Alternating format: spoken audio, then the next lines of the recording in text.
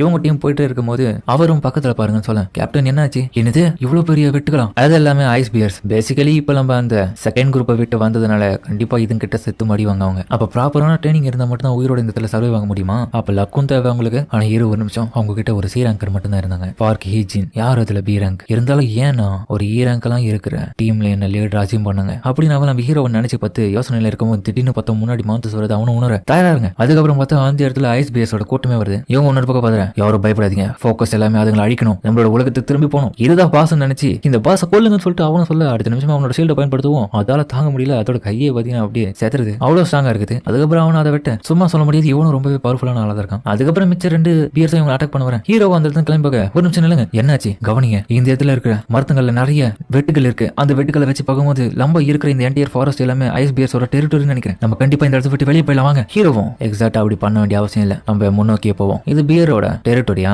அதுங்க ஐஸ் எல்ஃப் காட்டிலும் இன்டெலிஜென்ட் ரொம்பவே கம்மியா தான் இருக்கும், அந்த எனிமீஸ் எல்லாமே ஈஸியா என்னால டிஃபீட் பண்ண முடியும். இவன் சொல்றது கேட்டு இவங்க ஷாக்காவே, என்ன இவரு எப்படி சொல்றாரு, சரி இருந்தாலும் நம்ம இந்த இடத்துலயே வச்சு தங்கலாமே, இருந்தாலும் சரிதான் ரொம்ப கோல்டா இருக்கு, நம்ம மரத்தையும் வெட்டி இங்க ஒரு டென்ட் அமைச்சாதான் கரெக்டா இருக்கும். அதுக்கப்புறம் ஹீரோ அவனோட இன்வெர்டரியில அவங்களுக்கு சொட்டர்லாம் எடுத்து கொடுக்குறான். எப்படி நீங்க இதை வர வச்சுங்க சமனிங் மேஜிக்கா, இது ஐ ரேங்கரால தான் பயன்படுத்த முடியும், நீ எல்லாம் எப்படி வச்சுன்னு இருக்குன்னு கேட்க, அதுக்கப்புறம் இவங்க போடவே இவங்களுக்கு எல்லாமே இப்ப நல்லா இருக்கு. ஜின்னாவோட ஃப்ரெண்டும், அண்ணா உண்மையிலே சொல்லுங்க யார் தான் நீங்க, ஒரு ஐ ரேங்கரா இருந்து இப்படிலாம் பண்ண முடியாது, அதனால தான் கேட்கறேன்னு சொல்ல, அவனுக்கு கிட்ட வர தலையில தடவை கொடுத்துட்டு, நீ கவலைப்படாத, உங்க எல்லாரையும் நான் காப்பாத்துறேன், உங்களோட உயிருக்கு நான் ரெஸ்பான்சிபிலிட்டி, ஆனா யாரும் இந்த இடத்துல எந்த ஒரு கேள்வியும் கேட்க கூடாது, அதே மாதிரி உங்க 2 பேருக்கும் தான் என்னுடைய சீக்கிரட்டை இந்த இடத்த விட்டு வெளியே போகாம நீங்களும் தான் பாத்துக்கணும், இதுக்கப்புறம் நடக்க போற எந்த விஷயமா இருந்தாலும் அமைதியா வெளியே தெரியாம பாத்துக்கோங்க. அதுக்கப்புறம் அங்க ஒரு பியரும் இல்ல, இவங்களும் முதல்ல வெயிட் பண்ணுங்க நானே பாத்துக்கிறேன்னு சொல்ல, அதுக்கப்புறம் ஹீரோ டைட்டில் சேஞ்ச் பண்ணிக்கினு சண்டைக்கு ரெடி ஆகிறான். இப்ப வெளியில டஞ்சன் கேட்டுக்கிட்டேன், அடடா எப்படி இது சீல் ஆயிட்டு இருக்கு, அவங்க எல்லாருமே ரொம்ப லக்கியானவங்க தான் நினைக்கிறேன், ஏன்னா அந்த இடத்துல ஒரு ஏ ரேங்கரும் ஒரு 5 பி ரேங்கரும் இருக்கிறதுனால கண்டிப்பா திரும்ப உயிரோட வந்துருவாங்க அப்படின்னு பேக்கியவன் சொல்ல, அப்ப மிஸ்டர் ஹியோனோ சரி இருந்தாலும் இன்னொருத்தர் இருக்காரு, அவர் இதுக்கு முன்னாடி நிறைய ஸ்ட்ரைக் டைம்ல இருந்திருக்காரு, பேர் என்ன சஞ்சின் வு,